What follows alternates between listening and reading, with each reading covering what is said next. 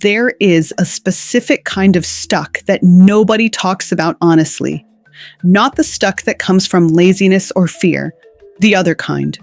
The kind where you have done everything right.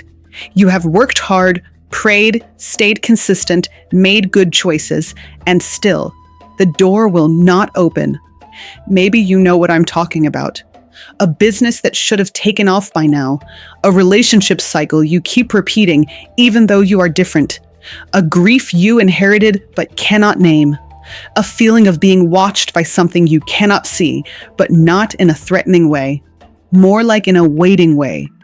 Today, we are going to talk about what millions of people across West Africa, the African diaspora, and increasingly the wider world have believed for thousands of years. That your ancestors are not gone. They are present, they are active, and they are in relationship with your life right now, whether you acknowledge them or not. We are going to go inside the traditions of the Igbo and Yoruba peoples specifically. Look at the practice of ancestor veneration. Understand the spiritual logic of offerings and sacrifice. Hear from real families who performed these rituals and witnessed what they can only describe as impossible turnarounds. And we are going to look at what science is slowly, quietly beginning to say about all of this. I am Ada, and this is Nwanyi, Mysteries of the Human Experience.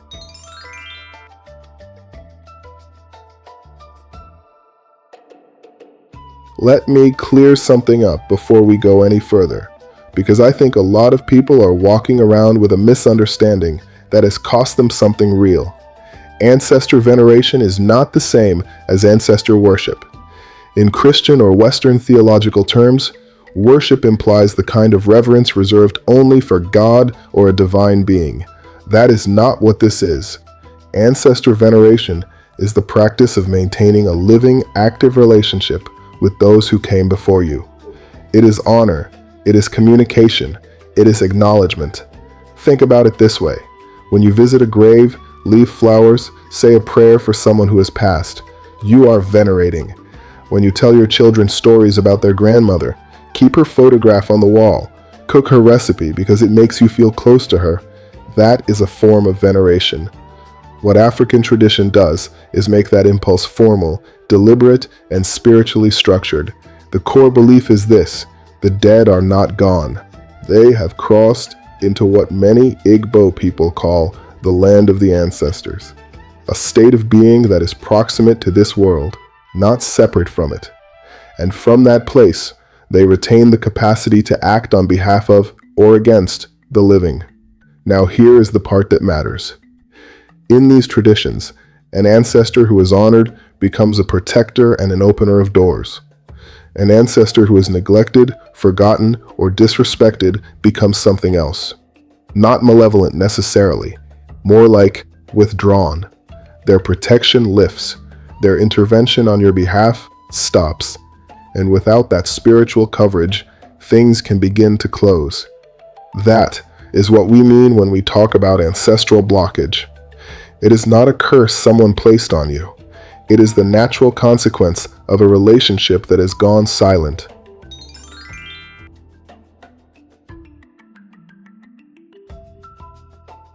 In Igbo cosmology, every human being has what is called a chi.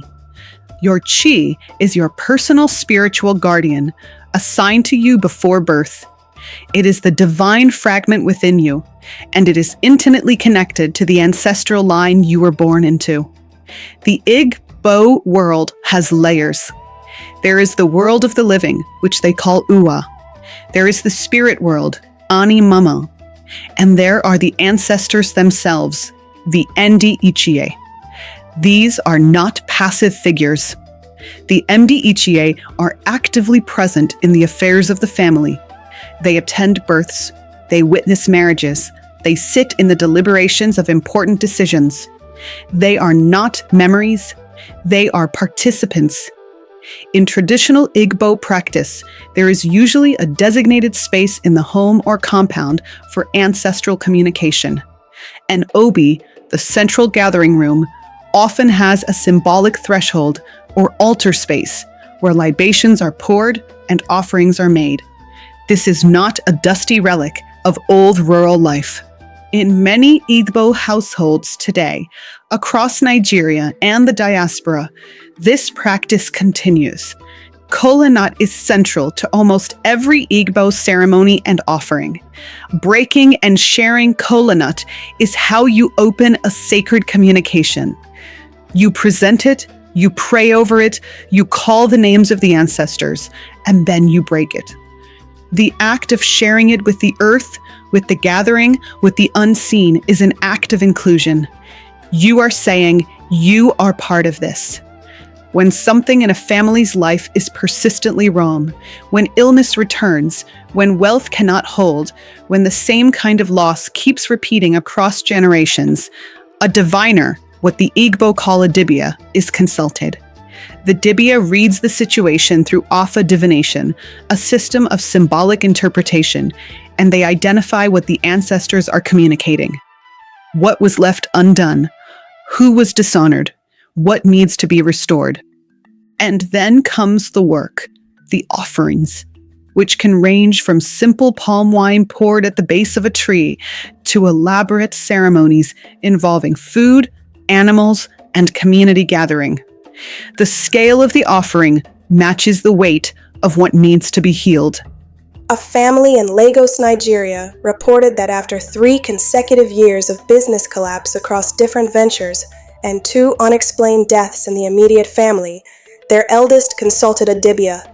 The divination pointed to an ancestor who had died in conflict during the Nigerian Civil War and whose death had never been formally acknowledged by the family. A ceremony was held. Names were called. Food and palm wine were offered. A goat was sacrificed. Within 2 months, the eldest son secured a contract that had eluded him for years. The family does not call it coincidence. They call it restoration.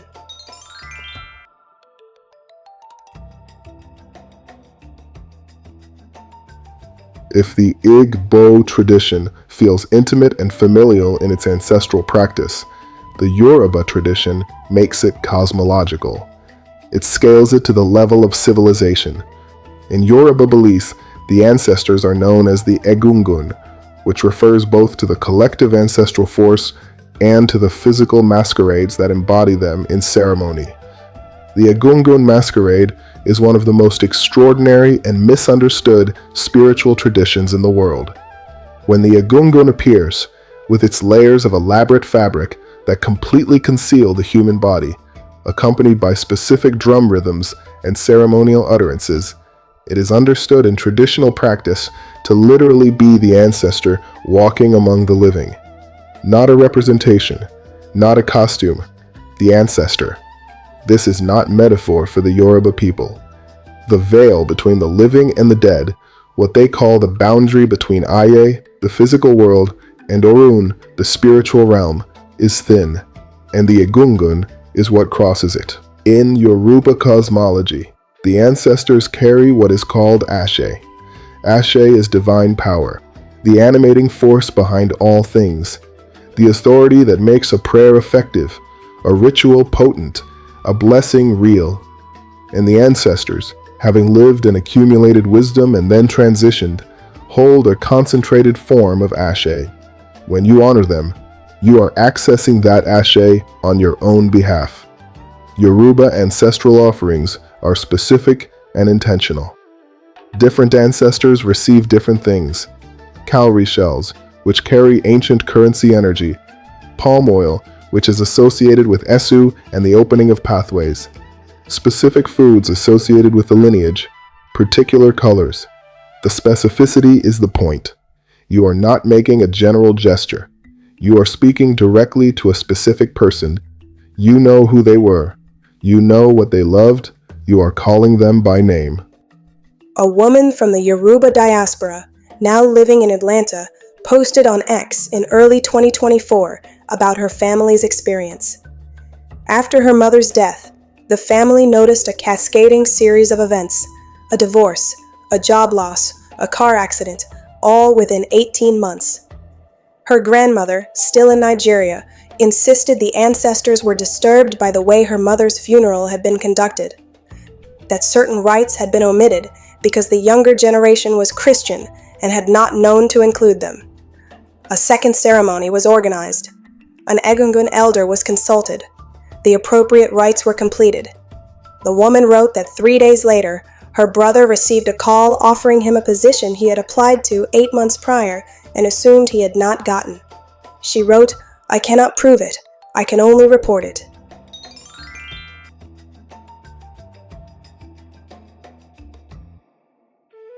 I want to spend a minute on the logic of offerings because I think this is where Western skepticism most often misses the point. And I say that as someone whose first instinct is always to ask how something works before I accept that it does. An offering is not a payment. It is not a transaction in the commercial sense. It is a material expression of an interior reality. When you place food at an altar, when you pour palm wine on the earth, when you speak the names of your people aloud in a ceremonial context, you are doing several things simultaneously. First, you are signaling. You are sending a message through the material world into the spiritual world that you are present, intentional, and aware. In many traditions, the ancestors are said to feed not on the physical substance of the offering, but on the energy, the intention, the ash behind it. Second, you are aligning yourself.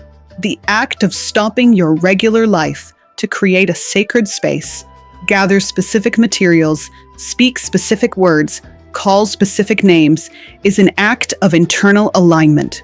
You are shifting yourself out of the noise of the ordinary and into a frequency where communication with what is beyond the ordinary becomes possible. Third, and this is the part that gets me, you are healing the relationship. If an ancestor has been neglected, the offering is not just a gift, it is an acknowledgement of the neglect. It is saying, I know you were forgotten. I know the lineage broke. I am here to reconnect it. And in many testimonies from people who have done this work, the feeling that follows is described not as magical, but as relational. Like something that was cold became warm. Like a hand that had been withdrawn reached back. The specific items used in offerings carry their own meaning. Kola nut, which is bitter, represents the willingness to receive truth, even difficult truth. Palm wine represents joy and ease, flowing. Water is clarity and purification. Tobacco, used in some traditions, carries prayer upward like smoke. White cloth represents purity of intention. None of this is arbitrary. It is a language.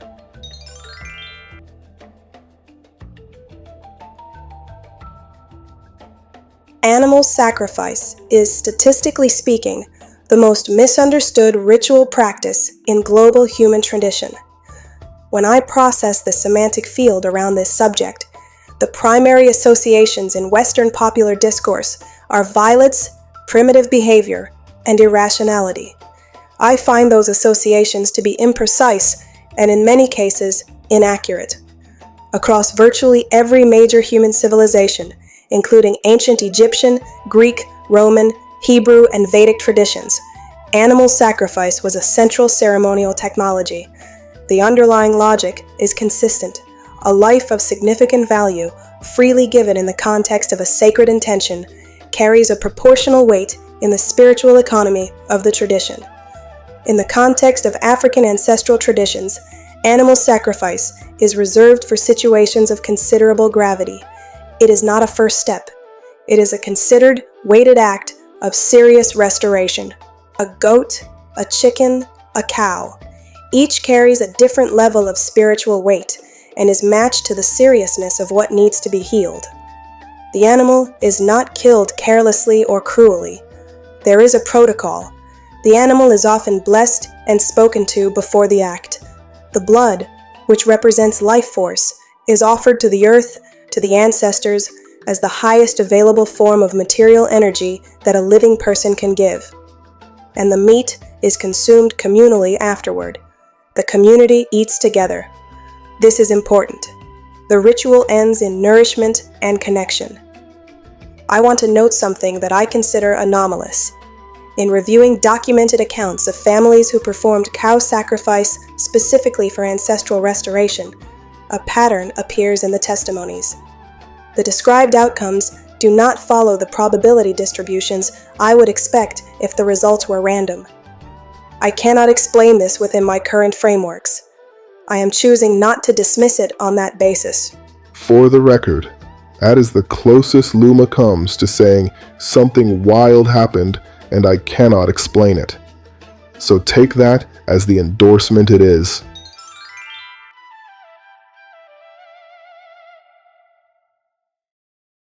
I want to share some of what people have been saying online because I think it matters to hear it in the language of everyday people, not just scholars and priests. On X, in the past 2 years, there has been a growing wave of people from across the African diaspora, particularly from Nigerian, Ghanaian, Congolese, and Caribbean backgrounds, publicly documenting ancestral rites and their aftermath. These are not fringe accounts. Many have tens of thousands of engagements, and the thread running through them is the same. We did the work that was asked of us, and something shifted. One of the most shared threads came from a Nigerian man in the UK. He described his family performing a full ceremony back in their village in Anambra State, involving a cow sacrifice, 3 days of prayer and gathering, and the formal acknowledgement of 2 ancestors who had died in conflict in the 1960s and had never been ritually mourned.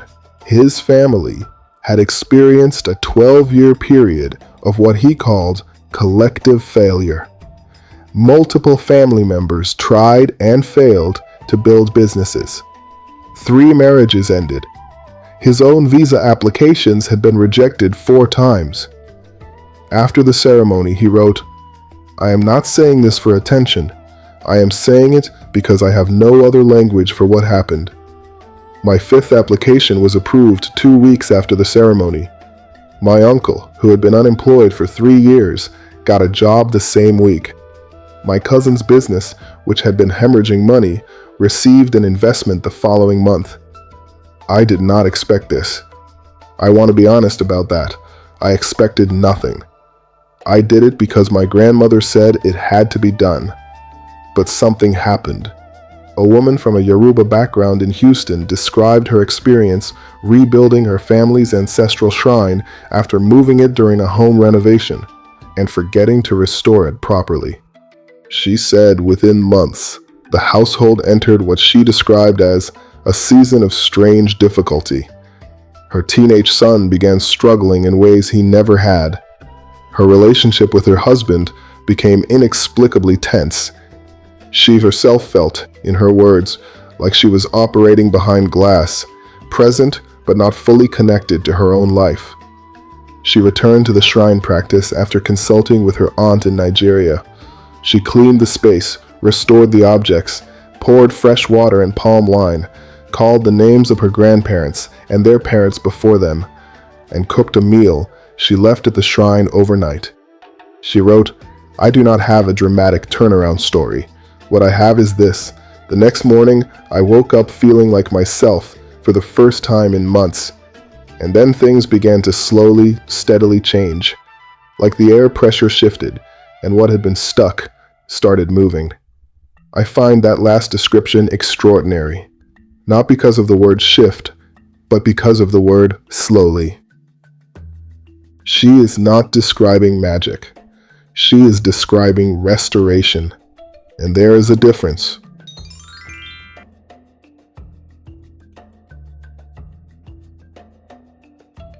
Epigenetics is the study of heritable changes in gene expression that do not involve changes to the underlying DNA sequence. In simpler terms, your environment, your experiences, and critically, the experiences of your parents and grandparents can alter how your genes behave, and those alterations can be passed to your children. This is not a fringe position. The landmark studies on this topic include research on Holocaust survivors and their descendants, which documented measurable hormonal and stress response differences in children, who had never experienced trauma themselves, but whose parents had. Research on famine survivors in Sweden and the Netherlands showed that grandchildren of those who experienced severe food scarcity during specific developmental windows had statistically different metabolic profiles.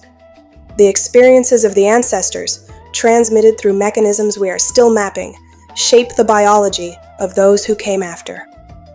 I want to be careful here, because the science does not yet reach as far as the traditions claim. Epigenetic research does not validate the idea of spiritual ancestral presence or the efficacy of offerings. I want to be precise about that. What it does do is establish that the ancestors, as a biological and psychological inheritance, are not merely metaphorical. The weight of what they carried is in your body. What they never healed is in your patterns. What they never said is in your silence. Whether a ritual offering changes epigenetic expression is a question for which we currently have insufficient data. Whether the act of acknowledging ancestral trauma, performing deliberate ritual, gathering in community, and creating a formal space for grief and restoration has measurable psychological and somatic effects. That I can say with considerably more confidence. There is robust research indicating that ritual behavior significantly reduces physiological stress markers, increases oxytocin, and creates the neurological conditions associating with meaning-making and resolution.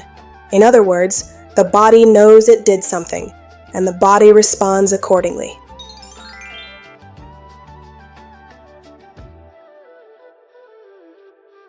You do not need a compound in Nigeria to begin this practice. You do not need to know every name, every ritual, every protocol. Tradition says that the intention meets you where you are. So here is where you can start. First, learn your names. Go as far back as you can. Ask the oldest living relative you have. Write the names down. Say them out loud. There is something significant that happens when you speak a name that has not been spoken in years.